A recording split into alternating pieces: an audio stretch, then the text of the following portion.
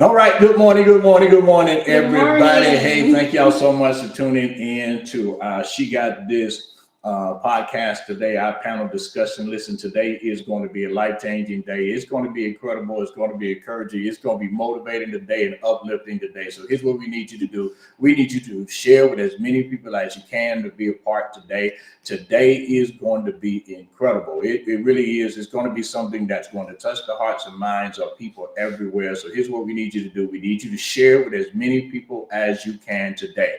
Make sure you share today. Make sure you like, make sure you tag, make sure you invite, make sure you get as many people as you can to be a part today.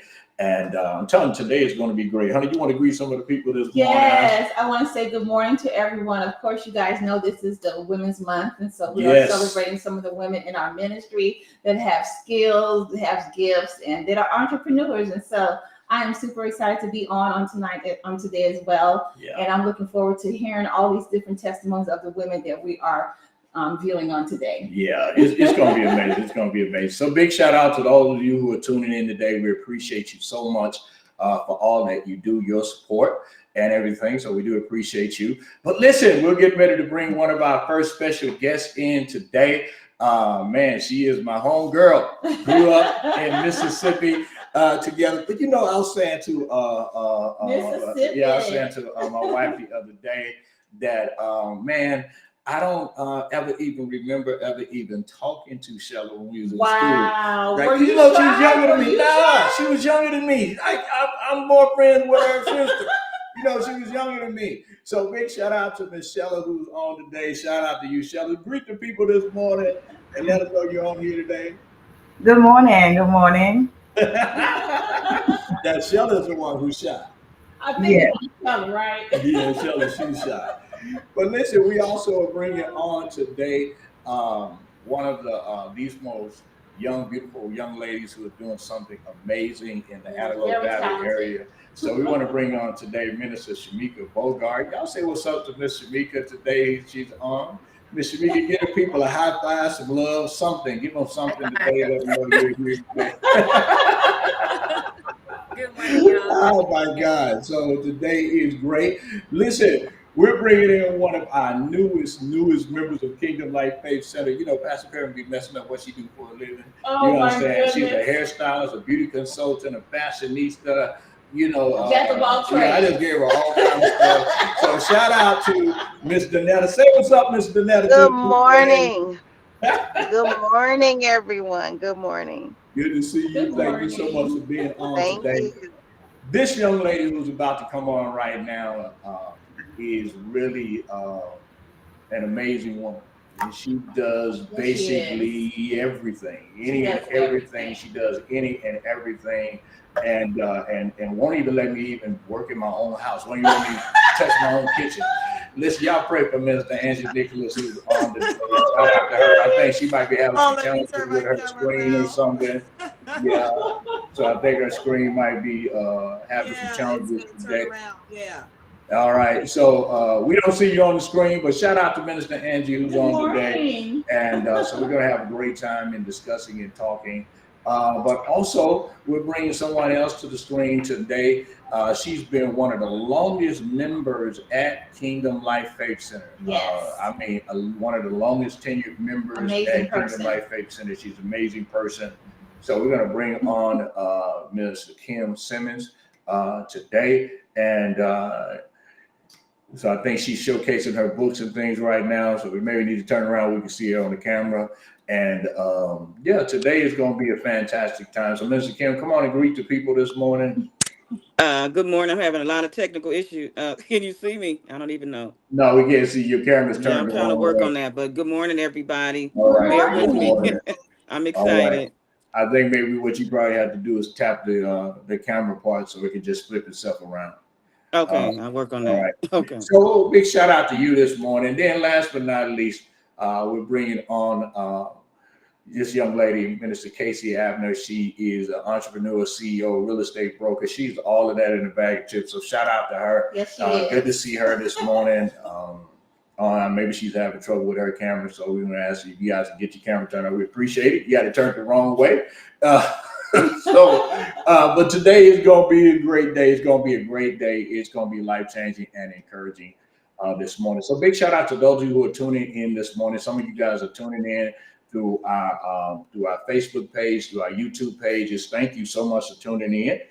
Big shout out to Miss Shonda Roby, who's on today. Shout out to Miss Kathy Roby. Now, Kathy is my classmate. Kathy is your classmate? Yes, Kathy is my classmate. So she's older than Shella. I ain't gonna touch that part.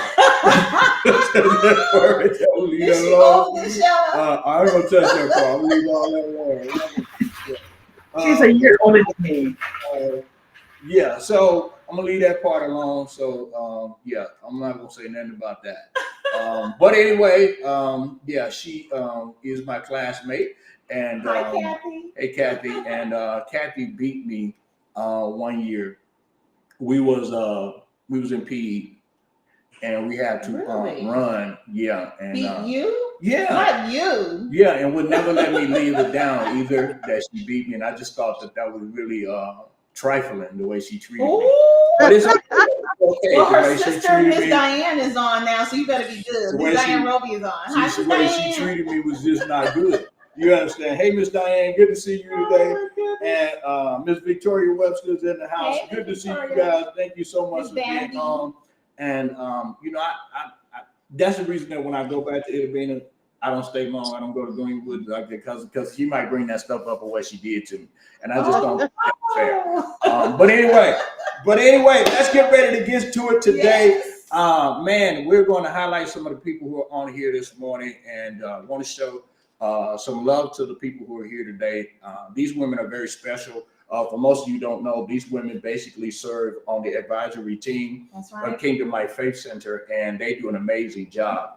They are the ones who help Pastor Perryman do a lot of things that we do in our ministry. And Shella is the reason that we are actually doing this right here. She's the reason that we're doing this.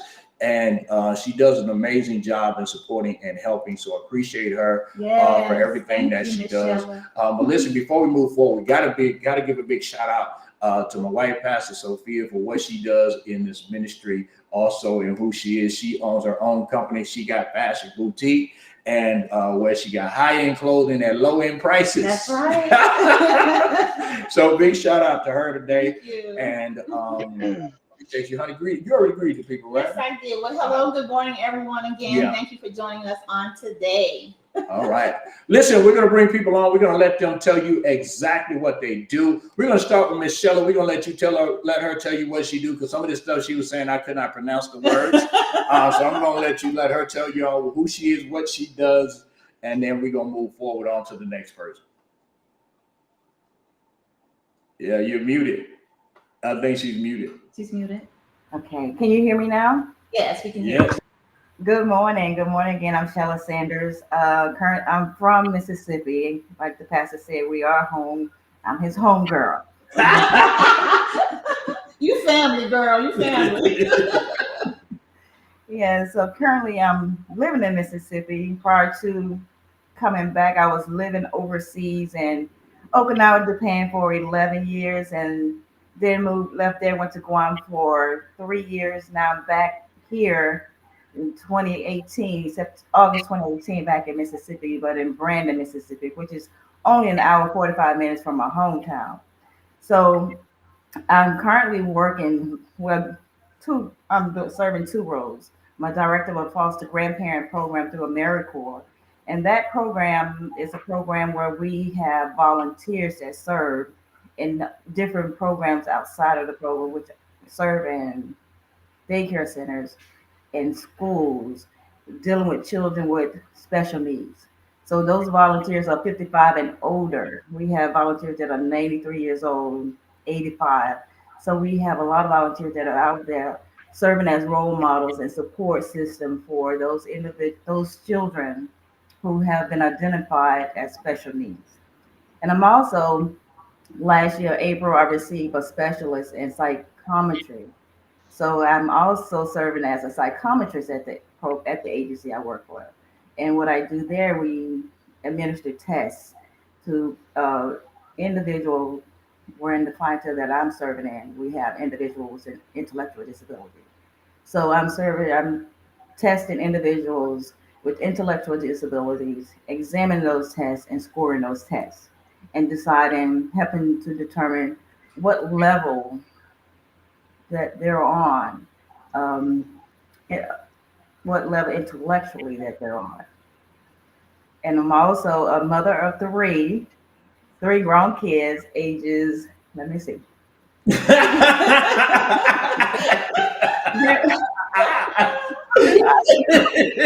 Up in age, you start to forget. You have to use your fingers to count.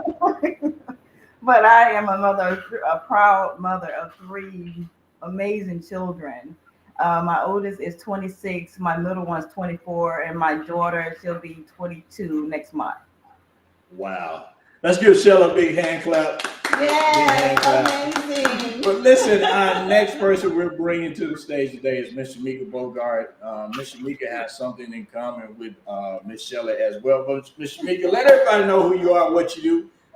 Hey again, everybody. Happy to be here. I am an entrepreneur. I'm the founder and director of Youth with a Purpose here in the Antelope Valley. The goal is to be across the world, but we're starting in LA County. We do mentorship, we have a housing program, performing arts. We do a lot of community events like block parties, toy drives, banquets, things like that. I also have an online store called Radiant Edge where I do custom designs of t-shirts, mugs, hoodies, journals. I'm an author, and then I'm also a coach, a purpose coach. I help people to start their nonprofit, to grow their nonprofit, and to know, to live, to walk in their purpose as well. So that's what I do. Amen. Amen. All right. Well, next person we're bringing to our platform today to tell you exactly what it is they do is Miss Donetta Hines. Miss Donetta, talk to people and tell the people who you are, what you do, how you do, and all that. Good morning, everyone. Thank you. I am a professional hairstylist. My background is in accounting, but I've always had a love for beautifying people, uplifting them. I even have what I call my hair ministry at the shampoo bowl. So um, I do a lot of encouragement. Sometimes I don't even know that I'm doing it. I'm just speaking and having a conversation with those. And I have a beauty line as well. Pretty Edge's Edge Control. I have Pretty Edge bundles now. I've started my hair business, and there are more surprises to come in 2024. So that's about it, other than being married and a mother. So thank you so much. Appreciate you. Hey, but we're moving on. We're moving to one of our members, Jack of all trades. My wife said, Yes. Minister Angie Nicholas. Come on in, Minister Angie Nicholas. Let everybody know who you are, what you do. Hi, I'm Minister Angie. I do about everything. I'm an entrepreneur opening up an adult residential facility, servicing 18 to 59-year-olds with disabilities. I just got my ministry license a few years ago. I'm a notary, public notary. I'm a supervisor with a school district. I do catering also, and I've been with the school district for 32 years. So I do a little bit of everything. While being a wife and a mother, and like Shamika and Miss Kim too, with our degrees, obtaining our degrees, and Shella obtaining our degrees, going back to work, but we were over 50 going back to work in school, and just getting a degree. It was rough, but we did it. Yeah. Well, big shout out to you. Thank you so much for being here today. So now we're going to bring Minister Kim Simmons on today. She's going to tell you who she is, what she does, and things like that. Good to see you on the screen. I think you're muted. You're muted. You're muted. Okay. There Hello, you everyone. I've been working with special needs children for a number of years, probably like close to, wow, I'm really aging myself, but it's been a long time. um, but I've been working with the special needs population, children with autism, ADD, ADH, different disabilities like that. I love it. I have a special needs sister, so that's kind of my passion. I also am an author. I wrote Twisted Love dealing with domestic violence that I was in, and God brought me out. So I'm grateful and thankful, and I'm sharing my story with the world. Glad to be here. And I did go back to school. My daughter was going into college, and I was like, how can I really push her if I don't finish? So I went on and got my master's before she went into college. She's graduated, doing really great. So God is good. All Amen. right. Amen. Amen. Big shout out to her for all that she's doing. Now we bring to the stage Minister Casey Abner. Big shout out to her for being on this morning. I don't know what happened. Good morning, Okay. everyone. All right. Good Good My morning. morning. camera this morning, but I'm glad to be here. My name is Minister Casey Abner. I'm a minister of Kingdom Life Faith Center. I'm a wife and a mother of a total of 6 children and a new grandmother. So I'm blessed. I'm also a broker associate with EXP Realty. And yeah, that's what I do. I help people buy and sell. I'm also a beginning investor in land. So I've been purchasing land and just learning how to acquire land and build new developments. So that's what I do. Thank you. All right. Well, thank you so much for being on. But listen, we're getting back. We're getting ready to get into the meat of everything, and we do have some questions and things like that we're going to ask. And listen, audience, what we want you to do is to be able to get your questions into us. You can put them in the comments. We will be able to see them in the comments, and we'll be able to ask the question. If you want to ask someone on here specifically a question, we'll be able to do that. But one of the questions that I have is, you want to go first? I'm sure. I would like to ask Sister Scheller the first question since she was the first one on. Okay. What motivated you to pursue your higher education while juggling work, juggling being a parent? What motivated you to pursue your higher education and getting your degrees in your different areas? I really thought once Wait, Sheila, before you go, remember your sisters are out here. They're All right? listening. So you got to put it down.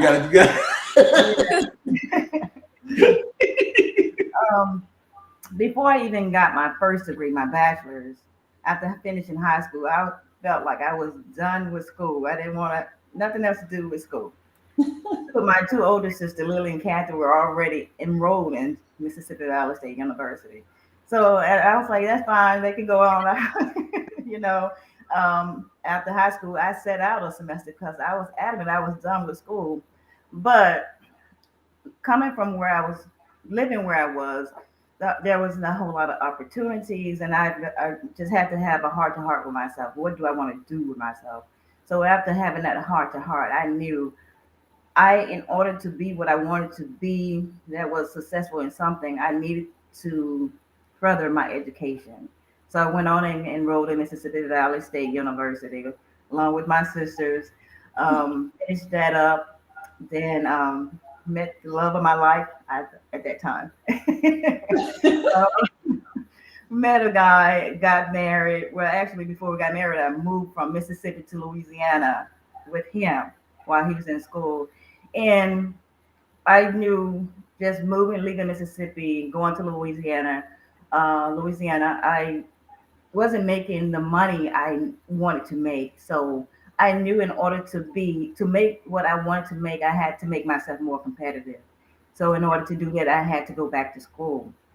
And so I did that, got a master's when I left the state going to Okinawa. Once I received the master's, I thought then I was done.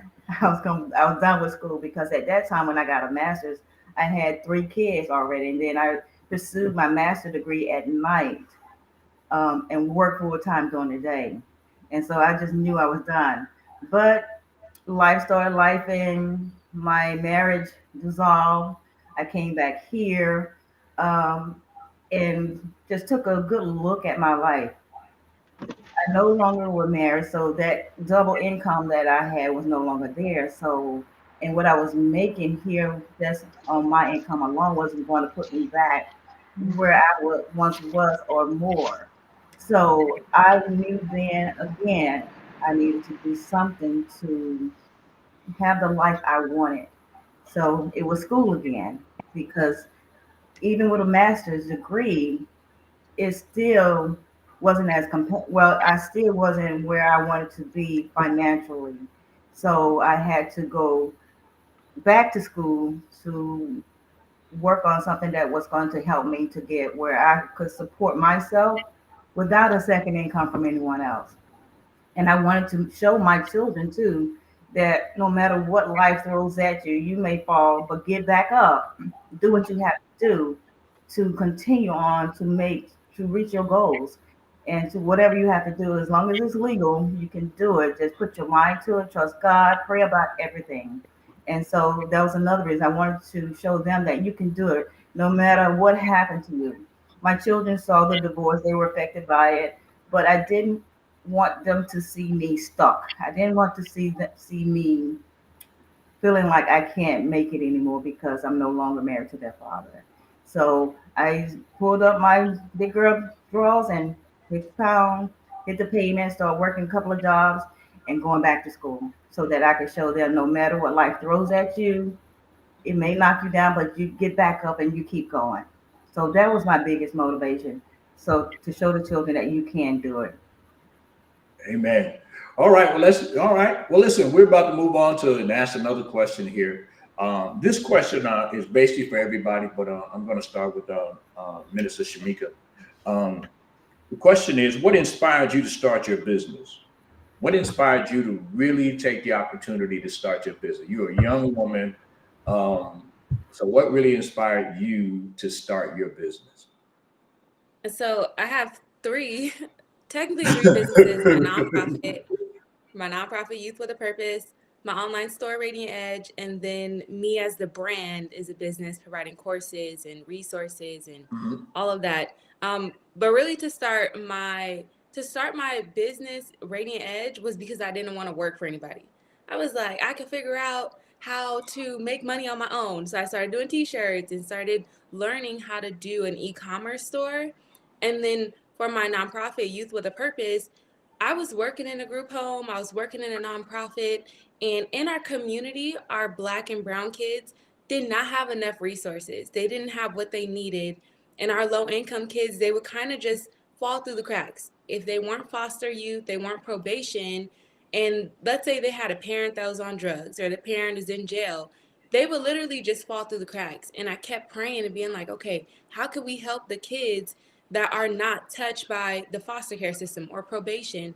And I also worked so many jobs that I felt like there was no job for me. So I kept praying like, okay, God, you give us all a purpose. What am I here for? Because it can't be to clean floors in a group home. It can't be to work in all these nonprofits and not be paid enough. Or I just don't like these jobs. So I was just praying and praying and praying. And God gave me a dream helping low income kids pretty much do what we do now: mentorship, housing, block parties for them, provide resources for them.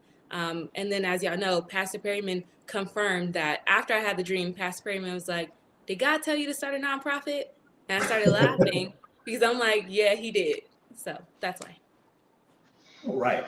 Well, let's step to the next person. Let's take Minister Casey Abner here, and let's ask her the same question. What prompted you to step out and become an entrepreneur and start your own business? What prompted you to do that? I think she disappeared from our screen. Okay, there she is. You're muted. She's muted. I have people that, well, one of my older cousins, he had to get a real estate license years ago because what I found out recently was that my grandfather swindled money, retired, and he got the money. He invested in some real estate with someone, and they took his money. And he asked my older cousin, to help him. and he really wasn't able to help him, find the person and see what was going on. So at that time, I decided to get her really right, but she never.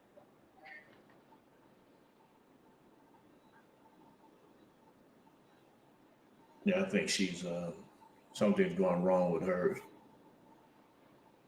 So like her signal went dead on us. She never that said that they were going to get their real estate license.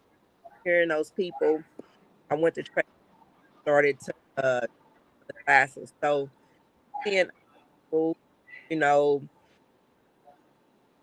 um, and people that I talked to purchase home, I decided to get my real estate license to be able to help. And I said, y'all know to be able to be. So that's kind of been my mission. It's kind of, but it kind of spread out a little. Once you see that kind of what you want to do is not exactly what they want for themselves, but it's been a big passion, but extended even more to me just wanting to build affordable housing like that. Can't just help area real estate. There's other ways. Yeah, So I think that's Minnesota is my cutting out. I think your signal is kind of bad in your area, or something's cutting out on you. But listen, we're going to go to Minister Angie Nicholas. Let us know what prompted you to get started in being an entrepreneur. Well, you know what? I'm still working um, for a company, but I'm sick of working for someone else. So my whole goal is to be my own boss. I just didn't want to hear anything from someone else. So I said, you know what? I want to make my own job so that I don't have to listen to someone else tell me what to do. And to show also my children that you could start your own business. It's never too late to finish school and to go back to school. My children are grown. 30, I think Jasmine's what, 34. She's going to probably kill me if I say her age. 34, Brandy's what, 28, and Justin's 25. And so I just wanted to show them that you could do it, that you can go back to school and to finish no matter what. So I've been going to school for a long time, just taking classes here and there as being a mother. And as my marriage dissolved, as Sheila said too, I'm remarried now, but as my marriage dissolved, I had more time to just dedicate it to school because, I was working full time, going to school, and having a family, it's sort of rough, and so I have more time to dedicate it. So I finished my bachelor's, and then I finished my master's, and I just said, I started another business with the notary. I just said, oh well, this is nice, and let me do the notary. I was interested in always doing that, and so learned that skill and got my certificate for that, and doing the adult residential facility, recertifying in that every few years, recertifying in that while still maintaining a full-time job. I just wanted to show my kids that, you don't have to give up no matter what. No matter what comes your way, you still just block out that stuff and focus on what you need to accomplish, and then you can do it no matter what. Amen. All right. Well, hey, Minister Kim Simmons, let us know why you wrote the book that you wrote. I mean, I know you told us that you went back to school, but you wrote a book called Twist of Love, and there's somebody on here already said they want the book already. Oh, So great. yeah, so can you let us know why you went back to school and why you wrote the book that you wrote? Well, you I kind of told wrote, us about why she went back to school, huh? Yes. Yeah, but tell us about okay, your well, book, how you wrote your book. okay, I went back to school because kind of similar to what Minister Angie is saying, I didn't really just always want to work for someone. You're making them richer and you're not making any money. So Yeah. that was definitely like in the future. I knew I wanted to own my own nonprofit, and I'm still moving towards that direction. Right now, working in a group home to get different education certifications, and I'm working towards that. Um, as far as my future goes, but as far as writing Twisted Love, Wow. I went, I had a domestic violence situation like 30 years ago. And especially during the pandemic, I just saw the stats for domestic violence, how it really went up. And I had literally been writing this book for 10 years, no exaggeration, putting it down, picking it up, putting it down. But I said, I can do all things through Christ that strengthens me. I'm going to finish this book. And I started writing the book. And I'm going to give a little brief thing to let you know that it was a God thing, definitely a God thing. At the time that I did it, I was listening to a podcast. I used to do like Uber Eats, so I'm listening to that as I'm doing my work. And there was a minister speaking about, she dealt with a lot of issues with domestic violence, and she would have guests come to her church. And she basically said, but I'd like to have proof. I'm not going to, sponsor people or put people up, and it's not true. And she mentioned restraining orders. And it like literally that Sunday, I was listening to her. I said, "Oh my God, I got to find this restraining order." Mind you, it's like 30 years old. And I said, "Well, maybe I'll just go back to the courthouse, and hopefully it won't be, a long drawn out thing to get it." When I tell you the very next day, I went to visit my aunt. My mother had recently passed, and she said, "I have a few things of your mom's that she, had me to keep for you." And she's like, "But this envelope, and it was really dark, and you know how something gets old, the color's gone." And I looked at it, and I started laughing. Literally, this is the very next day. And she said, "What are you laughing at?" I said, "Oh my God, that's that restraining order. I forgot my mother gave her a copy." So that for me was like, you get this book done ASAP. I mean, I didn't need any more prompting. I didn't need, no, I know it's God doing this right now. And I wrote the book because once you get the book, you'll see it's like I had a lot of childhood trauma. I went through a lot of things as a child, abandonment issues. And those things kind of factor in what we become as adults, basically. It does. Um, Low self esteem. And I allowed a lot of things in my life. And I look now because I'm not that same person I was 30 years ago. And I honestly felt empathy for myself, like what was going on with me, in that time of my life. But the book has really helped so many women. I even sold a couple of work the other day because I didn't know it. The whole school pretty much now knows I wrote the book. Like, oh my God, I didn't know you were Arthur. And they purchased the book like right away. So I sold like two the other day. So I know it's getting out there. I'm trying to help women. I know of women right now dealing with things. And it's easy for me to tell them they get through it, but they're in it. So I have to have compassion for them and have, I should say, patience with them because I already know what the outcome is going to be, but they don't know, and everybody has to have their own story. Mhm. So I'm just hoping my story will help women, take it from me. Don't just do it. Take it from somebody who's been through it. Get out if you can, but get out safely. That's my Yeah. goal. Well, I'm so glad that you made it out safely. Yes, Um, because that's the and key. everybody has some traumas in their life. A lot of Yes, times people will share it. Sometimes people won't share it. Right. But we're grateful that you were able to write the book "Twisted Love" about abuse, and I believe it's going to help a lot of people. I But do. It is already. So God is doing it already. yeah. Well, listen, we're going to bring Miss Danetta Hines on, and we're going to talk to her about what prompted her to start the business that she is, or working in the environment that she's working in right now. What inspired you to do that? Growing up, I always, of course, played with dolls, so I would always style the hair as well as the clothing. When I got to the point where I really wanted to be a professional hairstylist, a licensed hairstylist, my background is in accounting, so I was working at the Fox Studios in corporate accounting, and I got tired of being there, and I knew that wasn't my end all be all to Yeah. be working for someone else because a job is not going to pay you to become their neighbor, and there is a certain lifestyle that I like. So I was thinking, along with always styling hair um, after work or on the weekends or assisting my hairstylist at her salon. So I started listening to Steve Harvey in the morning before he actually started the radio show. He had like a morning benediction and something that he would do with prayer and the encouragement. And I heard it so much and I felt like he was talking to me. So eventually I enrolled in cosmetology school.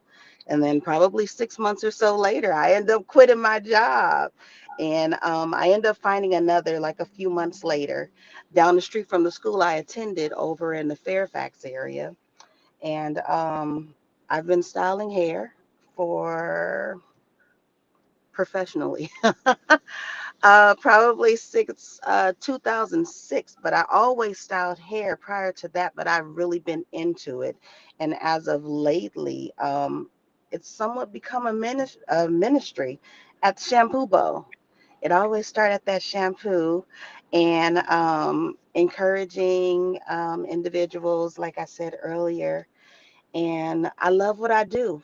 I'm really, really passionate about it, from the hair to the outfit to whatever it is you need. If you need me to pray with you, I take you in our little private room. We get our prayer on, and that's what caused it. Because I knew I wasn't supposed to just be in that particular building, in that field, um, at behind a computer. I needed more, and this is it. And I love what I'm doing.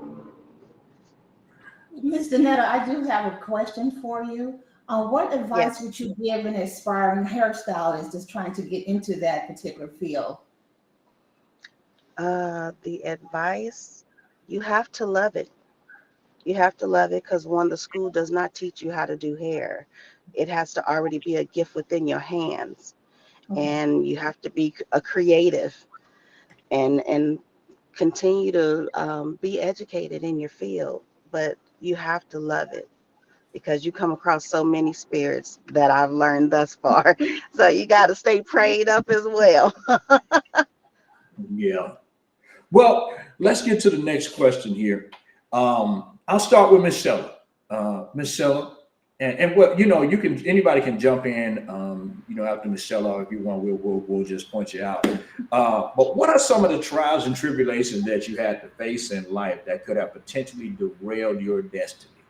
I mean, that if you didn't handle that situation right, it could have potentially derailed your destiny. Now, if this question is a little bit too uncomfortable, you don't have to answer this. Remember, we try to provide a safe environment for people. We don't want people feeling like they gotta say something that they don't want to say. All right. So, if you want to share it, we want you to share it. If not, we can move on to something different. Sure. Um, the divorce. My divorce, once I was faced with that, I felt like I was defeated. I didn't know what to do. I was broken. I didn't want the divorce. But as I've learned, you can't make anybody want what you want. But when that happened, I just felt like I was lost. I was torn apart, didn't know what to do. And if it wasn't for my children, knowing that okay, they don't need to see me like this too long. I don't know what I would have done. But that divorce, going through that, tore me apart. And I knew this is not how I want to feel. I want my children to see me happy again. So, had I not picked myself up, had I not been praying, I would have just been just as depressed and just been done. But prior to the final of that divorce, I had already been back in the Word. I had started listening to you, Pastor, while I was in Guam. I had been listening very long in the backyard with PastorCPerryman. I would be at work, and every morning I would try to get on. And I'm glad I did that because it started building my faith, building my strength. Even though the divorce was hard, but I still had the word in me. So I had something in me to fight because I wanted to give up. I didn't want to go on. I was asking myself, what am I living for? That's how low I had gotten. But Mhm. God was just building, cooling on me. No, I have something for you to do. You're going to get up and do it. So I had to pick myself up and say, you know what? It hurts, but I got to go on. I got to go on. So I just um, got up and just started doing things. I just didn't even put a whole lot of thought into it, just started doing it. Something to keep my mind off of what I was going through and just fight through it. But it was the word that helped me to get through it. But it was the divorce that almost broke me. All right. Somebody else who wants to comment. I'll share. I'll share. Okay. Um, like I just said, the book, that was the most traumatic time of my life, going through the domestic violence situation. And if it wasn't for my mother, let me definitely add that. I had a praying mom, a mom that noticed a difference in me and saw just different. I'm always been like the person that likes to laugh. I was becoming too quiet around her, and she saw that, and she held, her strength in God. Because even though I've been in church all my life, sometimes we do stray. So my faith wasn't where it should have been as far as leaving this guy. And my mother was a big part of me leaving me and helping me. I'll say that. Going through a relationship like that, I lost everything. That broke me. Like thinking when I had wrote the book, it was therapy for me because I had to go back and deal with all of those things that I guess I didn't forget, but you block things out when you go through a lot. You to cope, I guess. Yeah. So that literally, like, I can just name a few things. The guy was very violent. I mean, I had guns put on me, a lot of traumatic things. Um, for the longest, I couldn't even go in that area because there was so many, flashbacks for me. And it almost broke me, but God was there for me through the process. If it wasn't for God and my mother and praying people, in my life, uh, to keep my sanity, I'll say that. Because like I said, he literally took everything I left with the clothes on my back. And that's embarrassing, especially as a young woman. People you work with know what you had. I had people say little things. So I knew it was shared. What I thought I was saying in confidence, other people was telling people. So I had a lot of shame, but I had to hold my head up and keep doing what I had to do. Yeah. So, but God brought We, me we through know that. we know So, we know a lot of your story. We know a lot of your story because yes. we're your pastors. We know a lot of your story, and we know that the book is very powerful. Mm-hmm. Very powerful. Very powerful. I would when you wrote the book, Minister Kim. You know what I thought about? I thought What's that? about the book that Pastor Linda and her group wrote called "Bruised but Not Broken." Right. Right. I have that. Right. That's you have that Yes. book, yeah. That's what I really thought about, bruised but not broken, Okay. because you talked about being at the point of getting ready to be killed Yes, by literally. the Yes. individual, and God saved you and preserved you. I think that is a tremendous testimony. If you don't have this book, you guys need to go get that book. You guys need to go buy Twisted Love. You need to do that, and Mm, she'll go deeper into her stories. It'll be able to help you. It really will. I right. actually do have a question for you also, Minister Kim. I mean, your testimony is so powerful, but moving forward, how do you use your platform to advocate for survivors of abuse and also Yeah. um, raise awareness about domestic violence? How do you use your platform since you've been through so much in this in your life? Well, every time I get a chance, I just share with women. And the crazy thing about it is people that I've been knowing for many years. It's like once I wrote the book or shared things, they open up. And that's the thing. Like sometimes God will bring us through a thing and we're ashamed or, and domestic violence definitely has a stigma. Like, why did you leave and this and that? Mhm. But, it's to help someone else. You know what I mean? Sometimes we got to just be more open and transparent if you're really trying to help people. Because if you don't be somewhat relatable, people are not going to open up to you. But since I have wrote the book, literally, people I've known for years, oh my God, I went through that, and my mom went through that. I had a coworker the other day. She had mentioned that before, but she's like, she didn't know I wrote the book. She's like, when she's cash apping me as we're talking, I got to get the book. Um, so yeah, that's now I done lost thought of what I was saying. I'm not gonna be honest. I'm gonna be honest. I'm talking. What else did you say, First Lady? Because I don't want to forget what you No, got. I was asking you how do you use your platform as an advocate for survivors of abuse, and then also how do you bring awareness about the domestic violence that you've been through? Well, just like I said, just promoting the book, and lately I've been doing a lot of things to support women. And I said, why am I doing these things? But it's been a help. I've done Yeah. like different events lately. I do an event every year for domestic violence in October, That's um, amazing. where women come together. Recently, I did like now they have like Galentine's, like women that are single, but now it's like for whoever want to come. It's not even just that anymore. But I did Yeah. an event with that for February, just empowering women. And these women are saying, "Oh my God, I wanted to do this before." We did like a paint and sip. I'm doing something for Mother's Day because I know most of my friends' mothers are deceased, Oh wow. and I said I'm gonna do something a week before to kind of give us something to do. So we're doing like color me mine where you're painting pottery, That's and amazing. then having lunch. It's just God is just I guess just giving me ideas to support women and uplift women. That's amazing. Anybody else want to share their story about what trials and tribulation did you go through that you faced that potentially had to that could have derailed your destiny?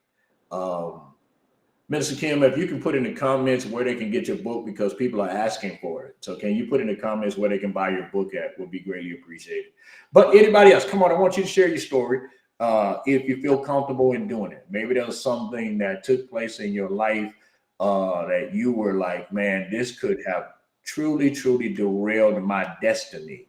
If you want to Yeah, share. I'll share. Yes. Okay.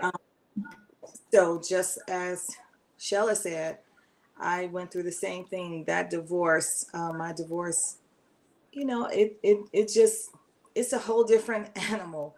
I wouldn't wish that on anyone. I didn't want the divorce as well, but it's best that it happened.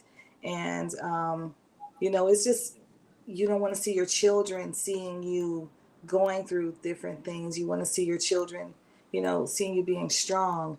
But when you're going through things and you can speak to other people, like say Minister Kim, going through like abuse, you're just like, oh my God, this is not right. And then you get the strength to say, okay, this is where I don't need to be. And then you get the strength and you say, oh, okay, well, God, I've been in the church, and then God will tell you, oh no, follow this route right here. This is better for you. And then when you do it and you get the strength and your children see you, and then you say, oh Lord, thank you for letting my children see me survive. It's a lot. It's a lot. It's a lot. And then you say, Lord, give me strength. And then once you get that strength, you say, okay, I can do all things through Christ who strengthens me. I can do it. And you do it. And you speak to other women. Even some men will share with you the things that they've gone through. And when you speak, it's powerful. It's powerful. Yeah. Well, I want to say to you that for every one of you ladies who've been through this type of abuse, I want to say personally to you that I'm proud of you. Yes. I'm proud of you. You had the courage and the guts to be able to get out of it. You were able to overcome the shame and the stigma of it, and you are stronger because of it.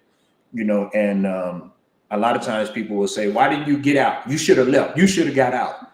Well, that's easier said than done when you're on the outside looking in. And this person has control over you. That it's hard to bounce back. It's hard to get out of that. But once your mind was made up, you were able to get out. And I am so happy and proud of you guys that you did not let that define you. So I'm so happy for you guys. I'm appreciative for you not letting it define you, and you made the decision that you were going to get out. Is there anyone else who wants to share their story along this line? We believe it can help somebody. I don't want to just pick out somebody. I just want you to feel comfortable at this stage. I would like to. Okay, come on. You can help somebody today. My inspiration was growing up being molested a few times, over 3 times. And I began to act out. And because my mom at the time was on drugs and living with different people, like it happened. Sorry. It happened multiple times. And it made me angry. And to be at family gatherings and to hear someone say she's going to be just like her mother, because my mother was a teenage mother. At 14, she had her first child. And that gave me the boost to keep going, even though the molestation happened with the multiple people, multiple times. It still kept, it had to be God, because there was always someone who had me attending church with them. So that's what kept me going, and the talking to him and the praying and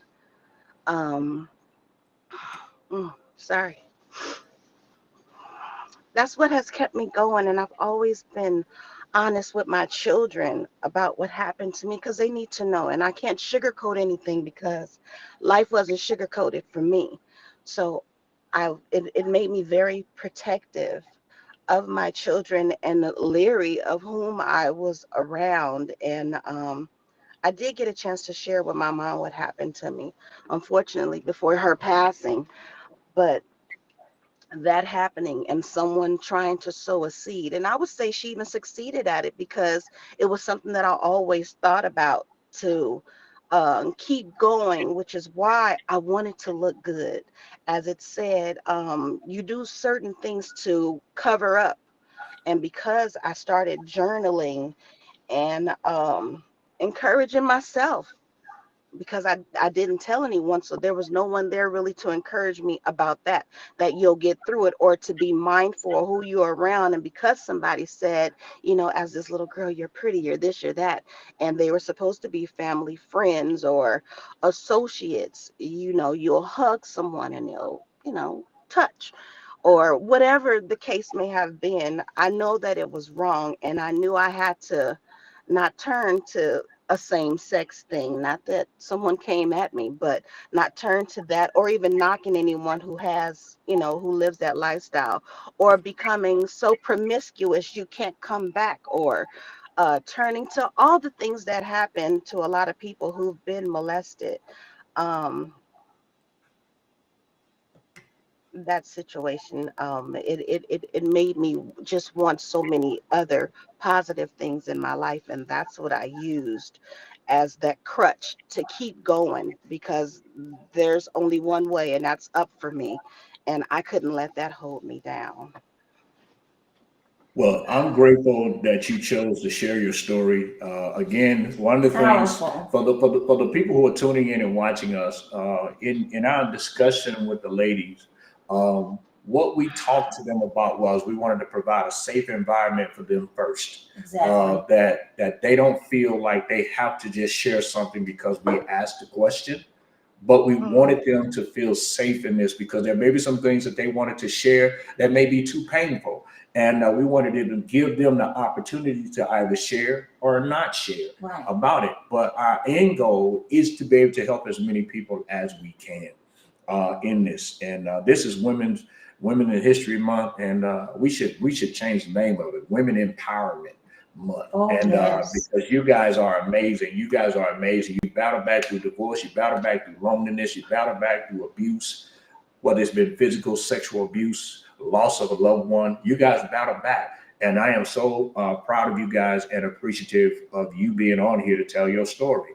Um, is there anyone else who wants to share their story? Yeah, yeah, I could share. Come on, Miss Shamika. You got a big story. You got a big story. Woo. Yeah, so when I was doing my bachelor's degree in psychology from the University of Nevada, Las Vegas, within like the first semester, God gave me a dream about my mom dying. And it wasn't her in the dream, it was what represented her, like another woman. But I knew waking up, I was like, this is crazy. I woke up literally in tears. And I told my dad, and he knew that like I would always have prophetic dreams. He was like, really? A spirit comes to warn before destruction. So it ended up that a few months after that, my mom really did die from heart failure. And then we had her service. And then the next day, I decided to go back to school because I was like, my mom would have wanted me to keep going. I think she knew, now that we know, like years later, she knew what was going on in her body. She knew what was happening. And she decided to not disclose everything. So I was like, if she wanted me to go back, she wanted me to get my degree, then I'm going to do that. So of course, after somebody passes away, the relationships in the family get a little weird. So all hell broke loose. Everybody's fighting with everybody, and I still decided to continue with my degree. The last maybe like 3 months, I ended up with pneumonia. Um I was like almost homeless. Mm. Wow. And we didn't know Mhm. that story. We didn't know that story. We didn't know that story. Listen, if you want to take a break, you want to take a break to gather yourself, you can. I'll never be crying. This is crazy, y'all. I've never seen you cry. Yep. That's crazy. But If you yeah, want to take a break, if you want to take a break from this, you can now. it's okay. I'm gonna cry through it. Y'all just gonna be with me. We gonna get through this. Yes. Yes. Yep. So still got my degree, and then for grad school, as y'all know, my dad also passed away, and I still got my master's degree. So yeah, and all of this is in my book. So read my book. Don't get it wrong. It's on Amazon, on my website, and I believe that God told me to write that book to heal. Yes. Y'all see this, the tears are still coming, so I'm still healing, but everything is in there. I know that everybody has a purpose, even through loss, even through the pain. God is still with you, and people are here to go through stuff to continue to inspire and to motivate people. So I hope to be a role model, hope to encourage people to still keep going. So that's it. I'm done.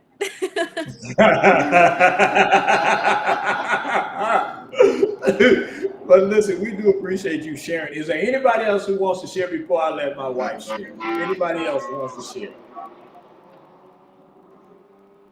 There. For me, uh, well, I was a teenage mother, first baby, 15, and then I had my next baby at 17. So, and during that time, I lived in a shelter for 2 years, and I think that was like not a breaking point. I never felt God is so good and so faithful. Um, During those times, I never felt like I was gonna break, but that was a low point for me. Um, Living in a shelter for 2 years and a little 1, 2 year old and pregnant. I had Sydney while I was in the shelter, and that was very hard. Uh, yeah, that was hard. So that, but it fuels my passion now because doing real estate, you can help people sell, you can help people buy, but what about those people that can't afford, that don't have a home? What about those Yeah. people that um, can afford to buy? What about those people that can't even meet the criteria to be able to rent an apartment, So that experience for me fuels my purpose, you know, and that's the things that I do. I want to be able to build affordable housing because I have people come to me, they want to sell, they want to buy, but I also have people that come to me that's just looking to rent a 1 bedroom apartment, and I can't help them. I can't help them. Why? Because their credit's not good, and because of whatever the criteria for the apartment, they want you to have 3 times the rent. And how can I help that person if their income does not meet that? So this is a gap in real estate, that I really want to fill. I understand what it feels like to be homeless, to live in shelter, um, to be what they call couch surfing. So you're living with family members or a friend, but you're sleeping on their couch or on their floor. So uh, that's was a low point for me, and it fuels my purpose now. So um, I'm grateful that God, kept me through that time of my life. He's always been there.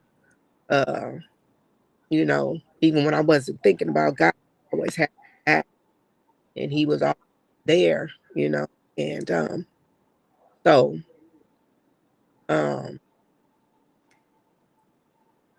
so now I'm learning And this is a new passion of mine, that I want to be able to house people. People come to me, I want to be able to say, yeah, I own a building that I can put you in.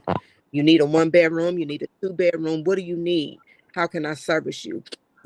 So my passion for real estate goes beyond just the buy and the sell at this point.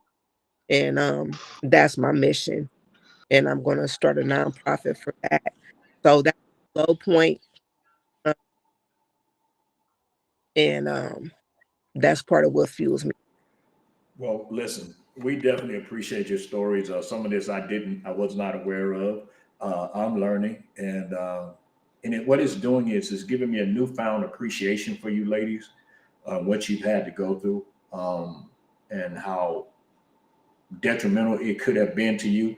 But what you did was you chose to use it to fuel your fire to become the better version of yourself. You didn't let it define you. And so I am truly grateful about that. I truly am grateful for it. I'm telling you, because some other people could have thrown in the towel and just taken their own life, and some have taken their lives. Yeah. But you made the decision that you were going to bounce back, you were going to push through, and you were going to overcome. And to me, that is tremendous and amazing, and it should be applauded. And but listen, my wife, we'll let her give her testimony too, as far as she wants to go with her testimony.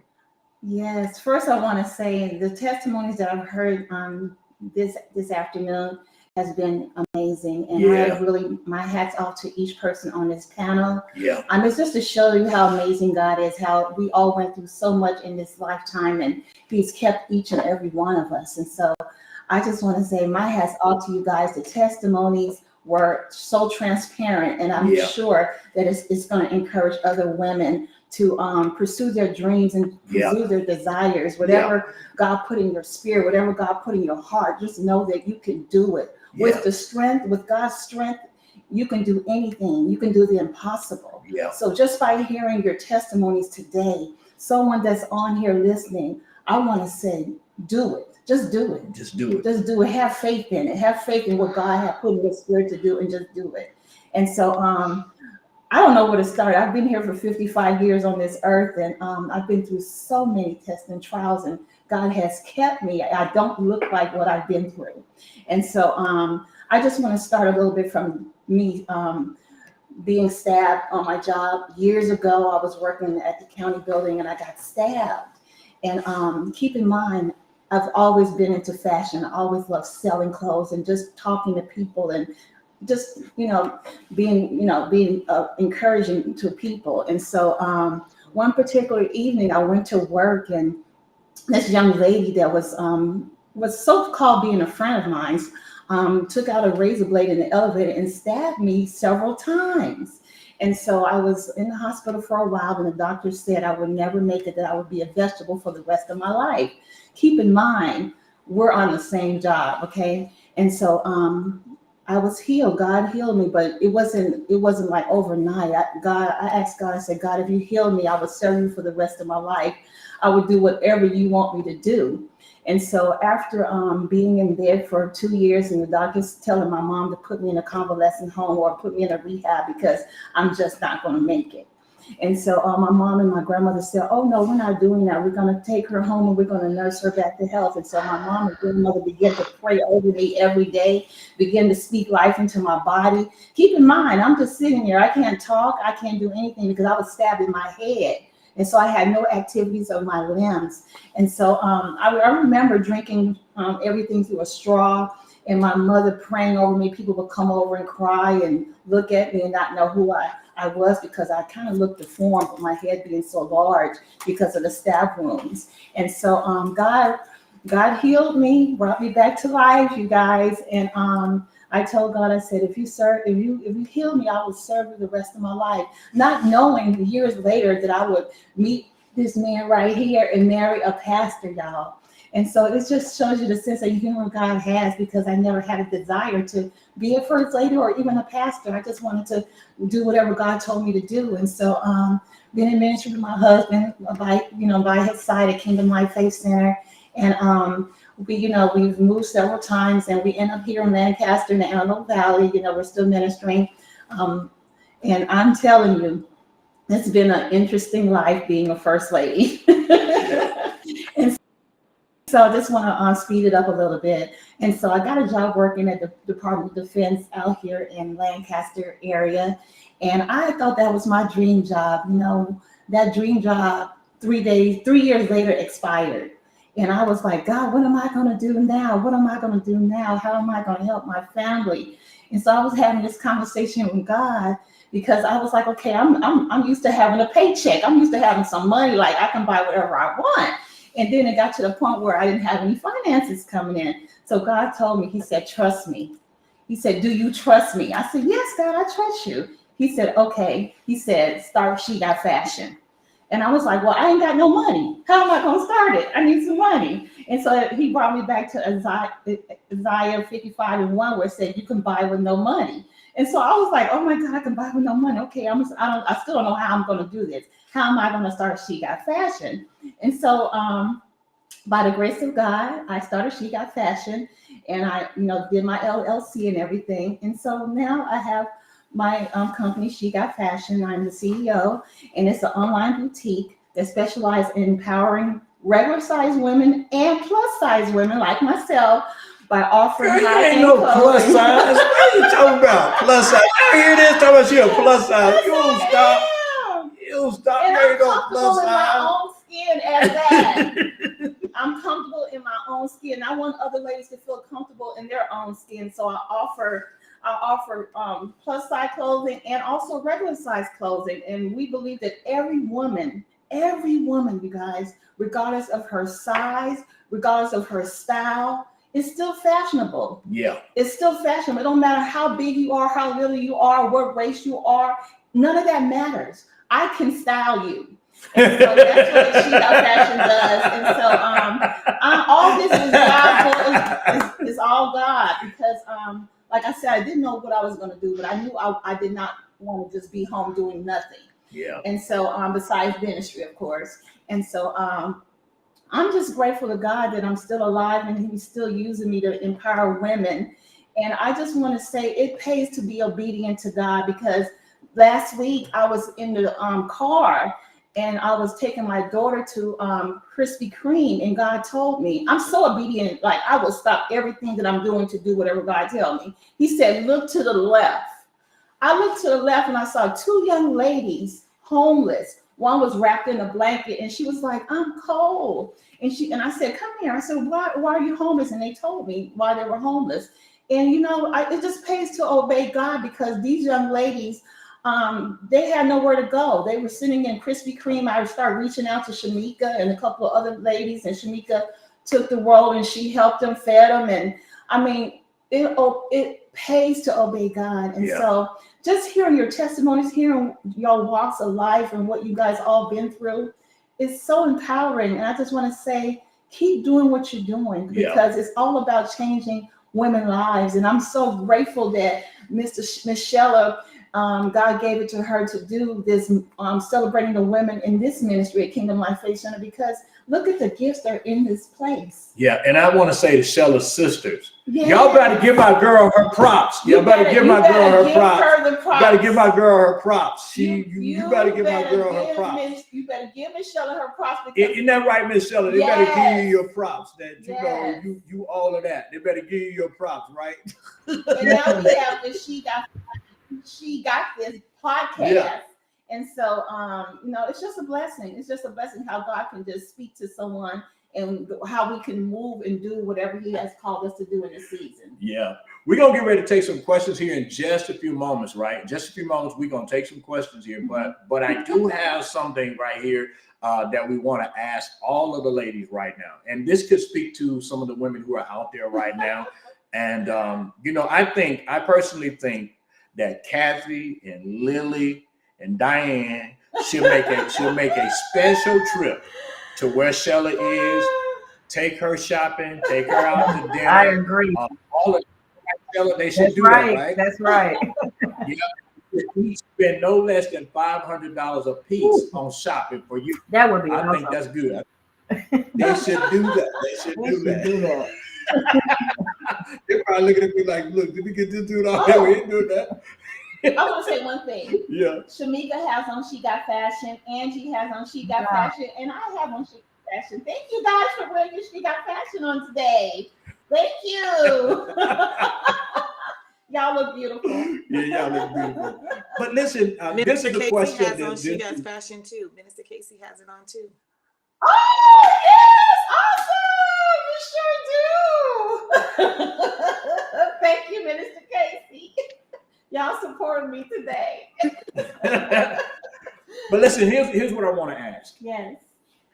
To the ladies. Mm-hmm. If you had to go back in time and meet the younger you, what advice would you give the younger you? If you had to go back in time. I definitely would answer this one. Okay.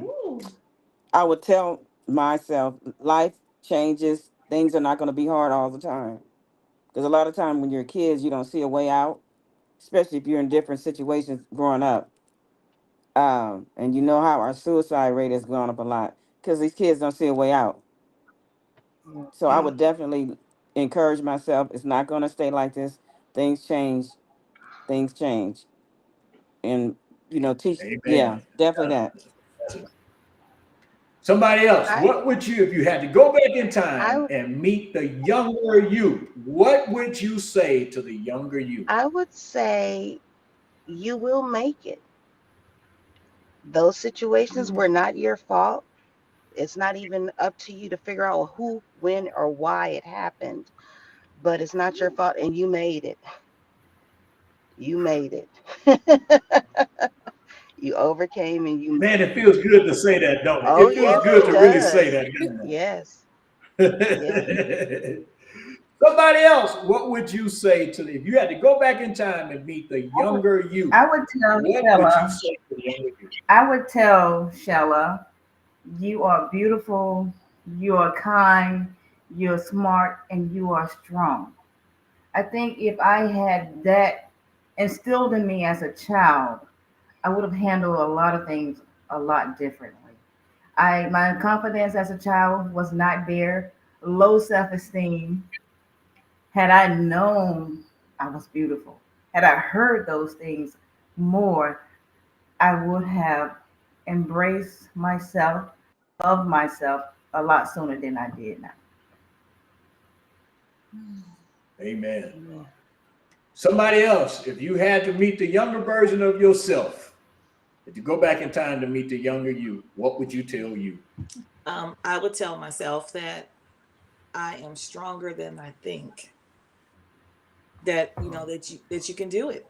That you can do it. Just keep your head up, no matter what. Just keep God make God first in your life, and then you can make it. Any situation that comes your way, you're gonna be able to make it. It seems like it's gonna be so tough that you can't make it, but you can make it. You're strong. You're strong with God. You can do everything. You can do anything. All things are possible with Him. And that's what I would tell my younger self.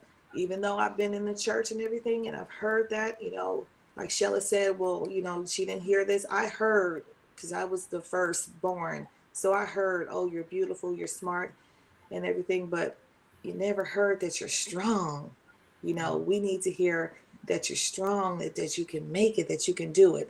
So I would go back and tell my younger self that. Somebody else, if you had to go back in time and meet the younger version of yourself, what would you tell you? I would tell myself for money.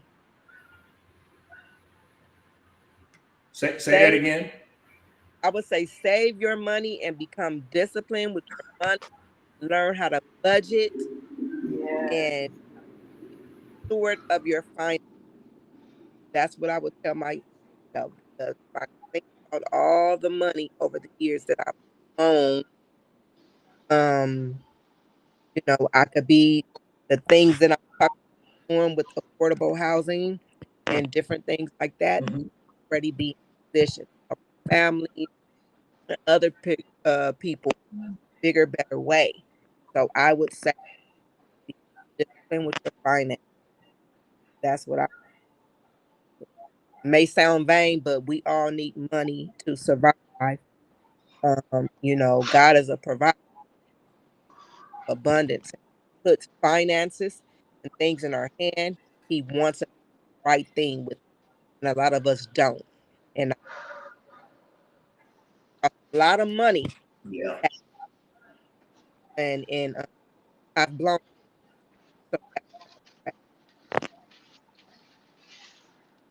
Somebody else. Somebody else. Can y'all hear me?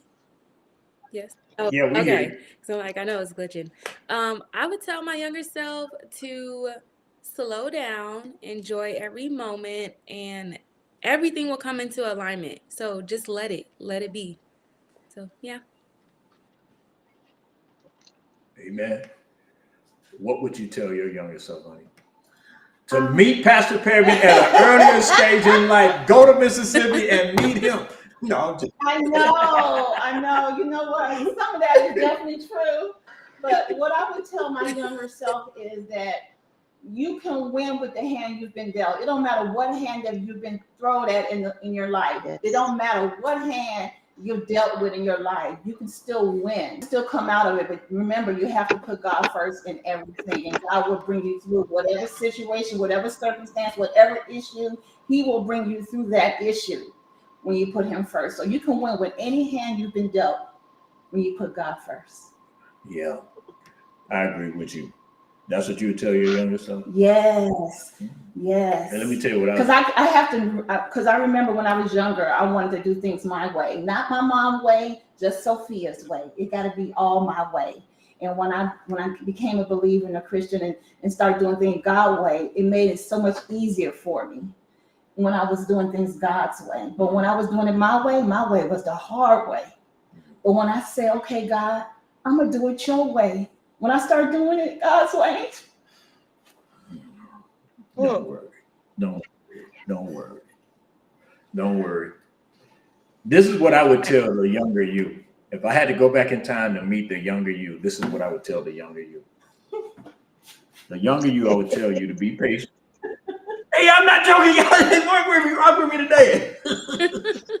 I would tell the younger you to be patient, that you're going to grow up to be a successful entrepreneur. I'm already grown. No, I said if I had to meet the younger you, if I had to go back and meet the younger you, if I had to go back in time to meet the younger you, Yes. maybe a 16 or 17-year-old you, Wait. I would tell you, see, you tripping. y'all see you tripping. It's not me. It's not me. Go ahead, honey. See, y'all be thinking like it be me all the time. It ain't me all the time. Go ahead. Listen, but I know what you're trying to do. I'm listening. Go ahead.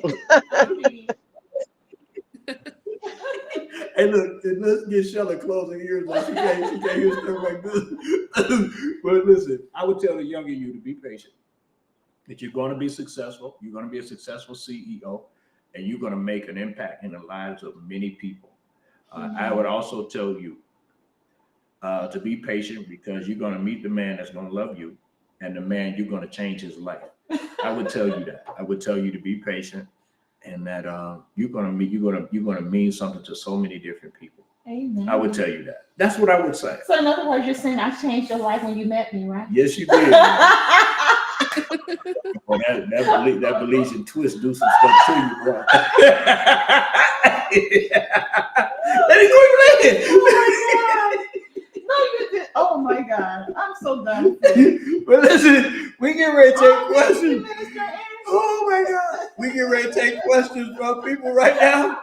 And listen, we want to take questions from people right now.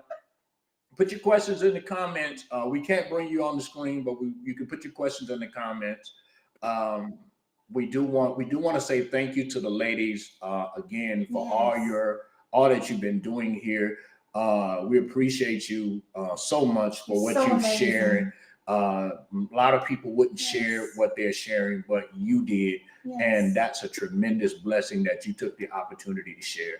But listen, you can put some questions in the comments now if you'd like. And we greatly appreciate you for, just doing it. All right. So put your question in the comments. You got something you want to ask the ladies here. would be great. Honey, you got another question that you want to ask the ladies while they're getting ready to, while people are putting their comments in right now? Yes, definitely. Let's see. I would talk to Shamika. Shamika, what are some unique challenges that women, especially the pregnant women that you deal with in your business, face in the foster care system, and how do you address them? Some unique challenges that the moms face, or just like Yes, participants overall? the The mom mom. face. Mhm. I don't think so. Our moms that are specifically in foster care, I don't think they have enough support. I think that sometimes social workers can try to decide what the young mom may need without asking her what she needs, Wow. without trying to surround her with a community. So Hmm. that's why we created the Mommy Mentor Network, so that our Yeah. moms have the support that they need. So that's a mentor for at least a year, postpartum care supplies, empowerment speakers, photo shoots, um, our sister circle, which is a peer group. They can come and vent and talk about anything they want to talk about.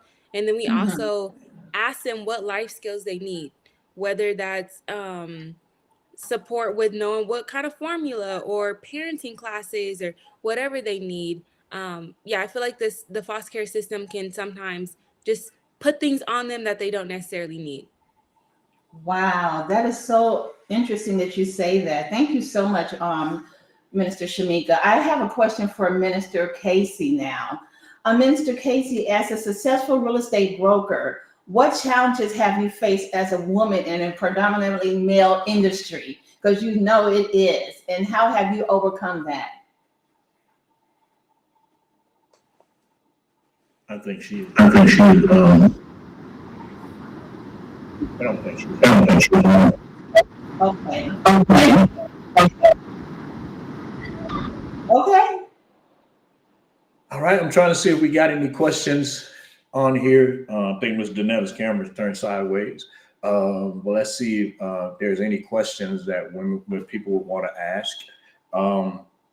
Again, we want to say thank you to all of Pastor, the I women. have a question, Pastor, for Pastor Sophia. If you Okay. Yes. have a question after you finish speaking. No, go ahead. Pastor Sophia, what made you want to get into fashion? What made you want to, sell women's fashionable clothing and be a personal stylist? You know, it's so funny because watching my grandmother as a little girl always dressed to the T every morning, every morning. It didn't care if she was in the home or she was going out. She looked pretty every day. And that's when I got into fashion when I was a little girl. And then I saw my mom. My mom was the same way and still the same way. She always, I mean, you can go to her house any time of the day and she's going to be dressed to the T, not going anywhere, just in her house. And And so I that's can why definitely I actually vouch for got into that. fashion She's because I always saw cute. my family, my mother and my grandmother into fashion. And then I got the passion to just dress and just loving to see myself look beautiful every day. And so that's how I got into fashion. And I love seeing women look great every day as well. And so yeah, that's how I got into fashion. Okay, there is a question that we're going to put on the screen, but we'll also repeat it as well. So there's a question that we're going to put in the screen that we have here. This question is from Miss Lily. Hey, Miss Lily. The question seems like it's generally for all the ladies. It says, ladies, let me put it on here. It says, ladies, how important is it to you to protect your children from what you've experienced, and how hard is it when they don't listen? Let me repeat that question one more time. Ladies, how important is it to protect your children from what you've experienced, and how hard is it when they don't listen? That's a two-part question right there. We're going to leave that question on the screen right there. So Can you I guys answer can that? see it. Can Who I said? go Who's first? talking? Minister Angie, can I go first? Yeah, Answer? go ahead. Well, just as Danetta was speaking and sharing her story, being a young girl, especially from Chicago, just the men are just, it's just so hard because the men try their best to molest you. I've gone through the same thing. And so for my children, I've just became super protective. I would not let them stay over anyone's house. Only my sister's house that I know that I could trust, or my aunt's house. That was it. My brother's house. That's it. They could not spend the night over anyone's house. And so they did listen. Now, as regards of talking them, protecting them, telling them to go to school, one of them, he just doesn't want to go to college, but he got his degree and a certificate in pharmaceutical. And his aspect is he's following my path and taking care of people that are disabled. So, college is not for everyone. So my son, his path is that, you know what, I'm going to go get my degree in pharmaceutical. And then he said, I'm going to a 4-year college is not for me, because he likes taking care of children that are disabled, that can't take care of themselves. So that part of not listening, I'm fine with.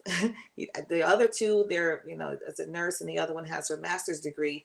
But I'm fine with him not listening to not going to college to go to a 4-year, because he has something that he's passionate about. So, but with the other stuff, thank goodness that they listen to me about watching your children and all of that. So thank you. Somebody else? I'll say Ladies. for me, sharing my story with my daughter way before I wrote the book. I really shared her, not in a lot of detail though, because she was younger.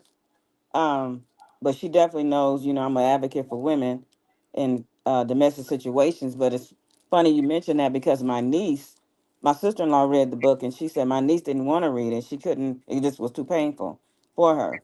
So I think I've definitely, I guess, opened that door for them, like, don't let anyone do, harm to you or speak up or different things like that.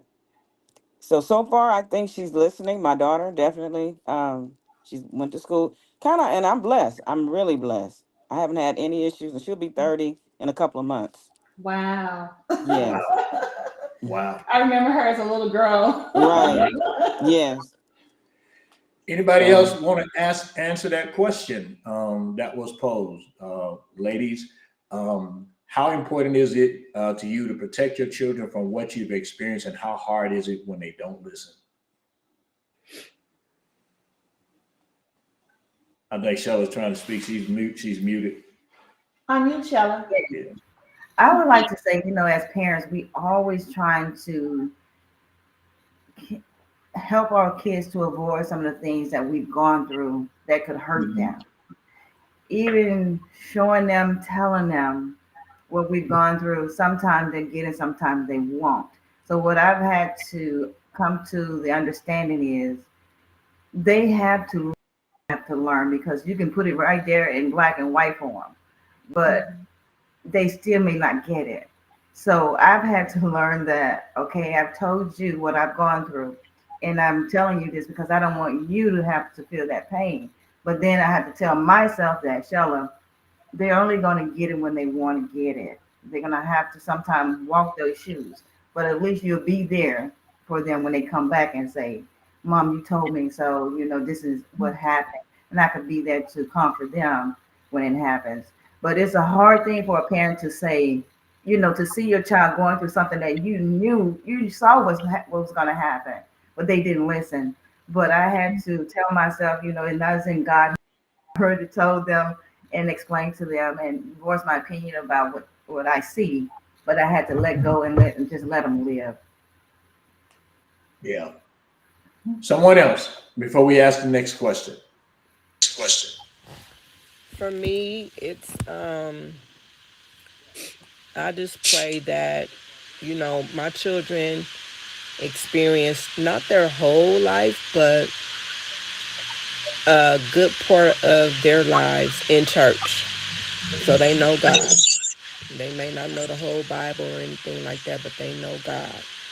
And I started trying to share with my kids some of the experiences that I have been through as a young woman to, like you said, avoid them from going in those, areas and having those same experiences. But I had one of my daughters on my own. I want to experience it on my own. And that was like, oh, wow, okay. So when she told me that just, it was a shock factor, but that just let me know that I needed to get in touch with God, you know? And I said, okay, Lord. So my prayers for my children, that whether they listen to me or not, that they never close their ears to the voice of God. And if they never close their ears to the voice of God, they're going to be okay. They're going to be okay. And so I rest, my peace, and everything, my trust is in God for my children. And that's what it is, because they may not listen to us as parents. You know, we may not even say things or relay things the right way where they have an open ear to us. But my prayers for my children, that they never close their ears to the voice of God. And so far, you know, God has been covering them. And I hear them say different little things about God, you know. And when I hear them say that they're praying or this about God or whatever, it fills my heart with so much joy. You know, it fills my heart with so much joy, because God can do so much more than I can do as a parent. You know, God kept me when I was a child. You know, I didn't have a father or a mother consistently in my life raising me. And I think I came out okay. So even if my kids don't listen to me, I know they'll be all right with God. Yeah, you did. You did a great job. You did a great job, and we are so proud of you. The next question here is for all the authors. The question says, for all the authors on the panel, where are your books available, and do you engage in speaking engagements to showcase the powerful narratives behind them? Well, Ms. Kim, I know you're always speaking somewhere about your book. And I put it in the comments how the book is available on Amazon and Cash App, but I put it in the comments. Yeah. Well, and I know Minister Shamika does a lot of speaking in different places, platforms, and things like that. She speaks in a lot of different places that encourages people and motivate people to really, just do a good job for God. Yes. And but listen, we're winding down. We got about another couple minutes or whatever. Is there any more questions, ladies, that you have? Men or whoever's watching us, you have questions, we want you to put those questions in the comments. Ladies, again, I am proud of you for all that you are doing today.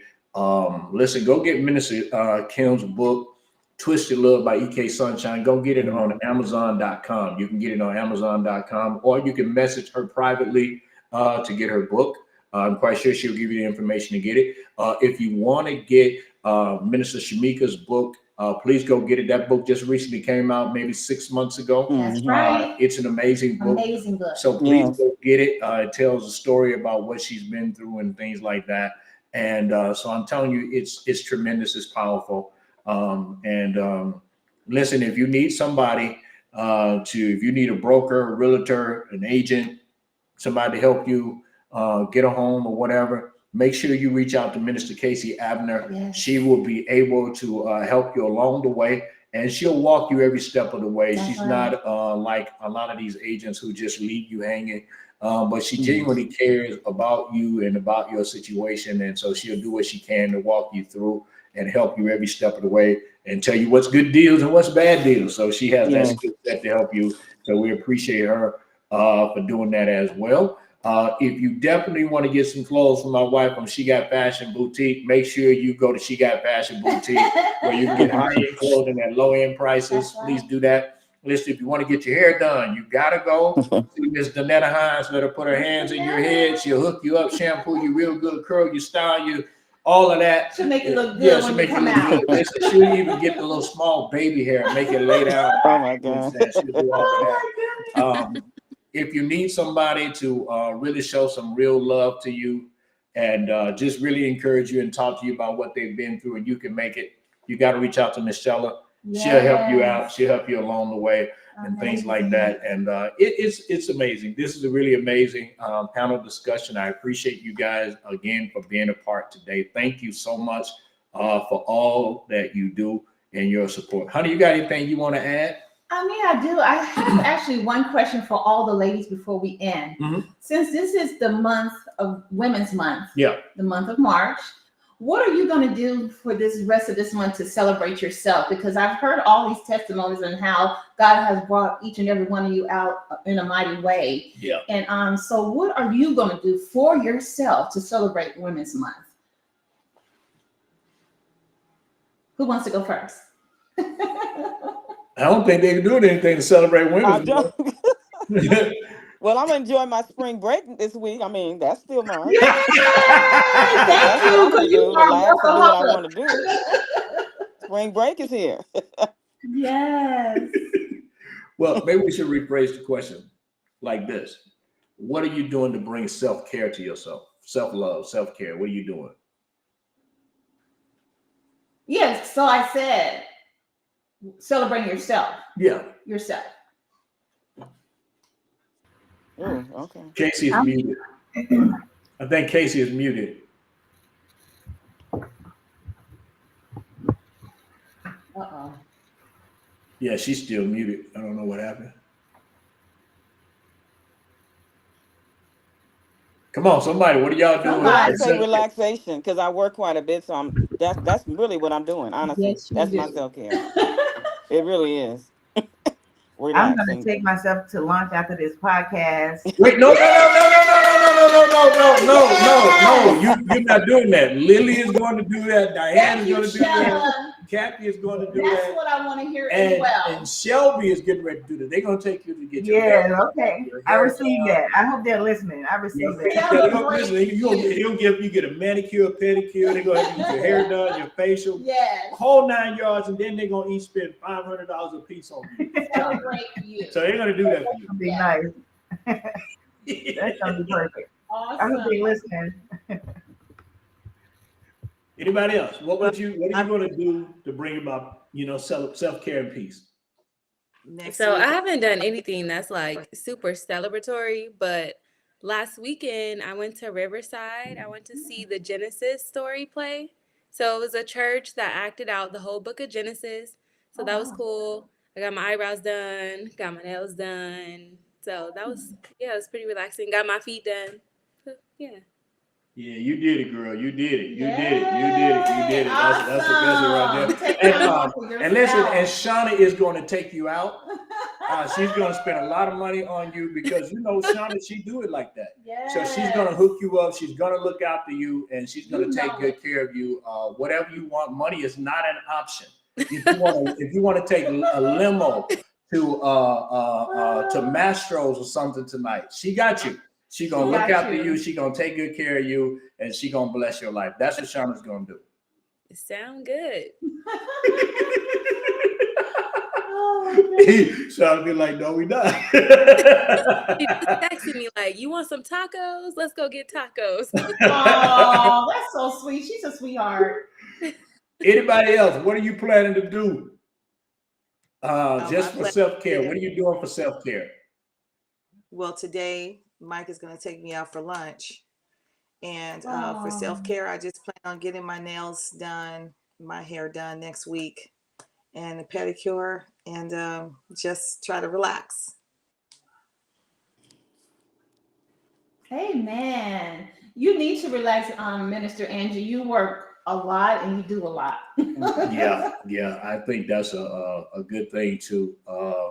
You see how Sean is over here talking about period. I got you, girl. Yeah, that's a good thing. Anybody else? What are you doing for self-care? What are you doing for self-care? Anybody else? What are you doing for self-care? Anybody else? All right. Nobody is doing anything else for self-care. Casey's going on a shopping spree. She's going on a shopping spree to the Gucci store. Yes. That's what she's doing. She's going to the Gucci store. And her and Danetta, they're going to drop about a good $15,000 to $20,000 on the Gucci store. They're going to be all right. So they're like, wow. Yes, that's what they plan to do. So it's going to be amazing. I'm looking forward to it. They're going to have a great time. in the Lord. But listen, ladies, we appreciate you guys so much. Miss J Dub says she gonna get her feet done. That's good. Yeah. So we appreciate you guys so much for everything that you have done, your support, and being on this panel discussion. We are going to have another one like this in the future. And we're going to bring in different women. This podcast is geared specifically for women, is what it's for. Women who, just all walks of life. You know what I mean? And so this is what this is for. And so again, we appreciate you guys. Yes, we do. Thank you guys so much. This is Women in History Month. We appreciate you guys.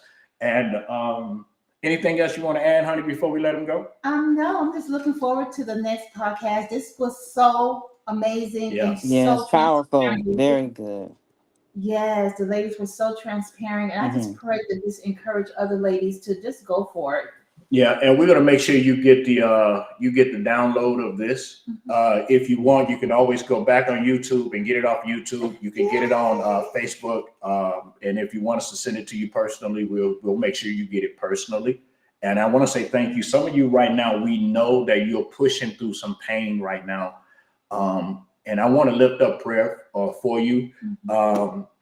And I want you to know that we are with you. Oh, yes. We are with you. Yes. We're praying for you every day. Oh, yes. And we know that you're going through a lot. And for some of you, this is hard for you to talk about because you share tears and you normally don't do that, especially in front of people. You told your story. And I believe it's going to be able to help people. And so I want to say thank you again. And to all of our listening audience, our viewing audience, thank you so much for being on today. You guys helped make this first podcast thank you. a success. We appreciate you guys. And again, my hats off to you, Shella. Hats off to my girl, Shella. Thank you. And so your sisters are proud of you. They want to get a selfie with you after this. They want to get your autograph and stuff after this. I know that's what they want to do. So that's what they want to do. So, but anyway, we appreciate you. And I want to thank you. I want to thank you for putting this off. Thank you, Pastor. Yeah, you was thanking me. You was thanking Don't me do last that. night. A lot of time. Wait a minute. No, seriously, this takes a lot of time, a lot of production behind the scenes. And so I want to thank you for putting all of this together and allowing this platform to come into fruition. And so thank you, Pastor. You make me feel. Thank you. You know what?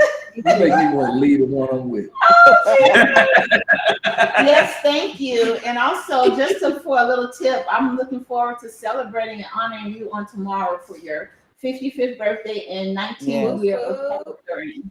Wow, that went by real quick. It just seemed like, Shella, we was walking down the halls by the office in LaFleur County High School. That's what it seemed like this is like yesterday. But listen, Miss Shauna is on here today. We want to honor Miss Shauna for being on here today. Thank you so much, Shauna, for being here today. In honor of Shauna, because it is Women in History Month, we're about to pray Shauna's song called Say What? So y'all get ready to hear Shauna's song, Say What? Listen, if you ain't got Say What, you better go get it. I'm telling you, you gotta go get Say What. You gotta go get it. Go get it. It's amazing. So y'all go get Say What. Support my girl.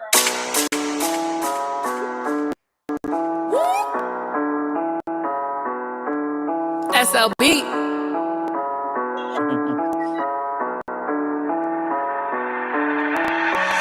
What do you do when you think you have it figured out, don't have a clue? Do you run to God or do you run the other way and try to hide? What are you about when life get hard and knock you out? What are you about? What are you about? What are you about? I'm seeking my truth. Life tried to beat me black and blue. Life was crazy hard, no one had a clue. The anxiety, depression, and flu. Did I mention I'm a Christian trying to pray my way through? Want for victory to achieve the destiny cost of time such as these. Say what? They say that God is King of Kings. Say what? They say that He will never leave. Say what? You are a chosen generation. Say what? You and I gon' make disciples of our nation. I've been through it in the worst of ways when broken, had no hope. What do you say when the enemy's ruining your life? Like, how can you ever really cope? Now I gotta go. Can't be stuck around people doing dope. Leave my people for the words that I spoke. Ain't no sense in running from the purpose I was given by the King up above. I'm woke. In a minute, I'm really making you feel it. I notice all of the ceilings I'm hitting up in the backdrop. Never been mistaken. I know I'm headed for greatness. My God is really the greatest. I'm never gonna let that stop. Got this flow and the talent that you hear about the grace of my God in the last drop. What do you say about the King and the words that you spoke? Where they at? I just keep them in the laptop. They like, say what? They say that God is King of Kings. Say what? They say that He will never leave. believe. Say what? You are a chosen generation.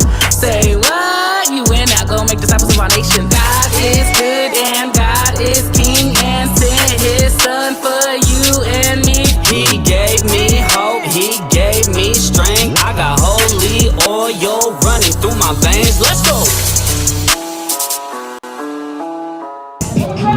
Say what? Hey, hey. Say what?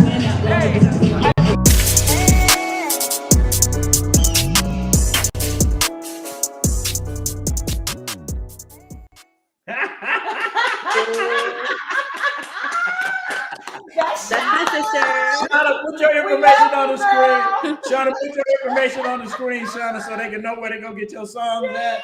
And listen, Shauna is launching new music. That's right. New music coming. I think she probably got some tester songs already out. Woo! And for those of y'all who don't know, Shauna is Shamika's sister. Yeah! And so that's her sister. So Shauna, put your information on the screen.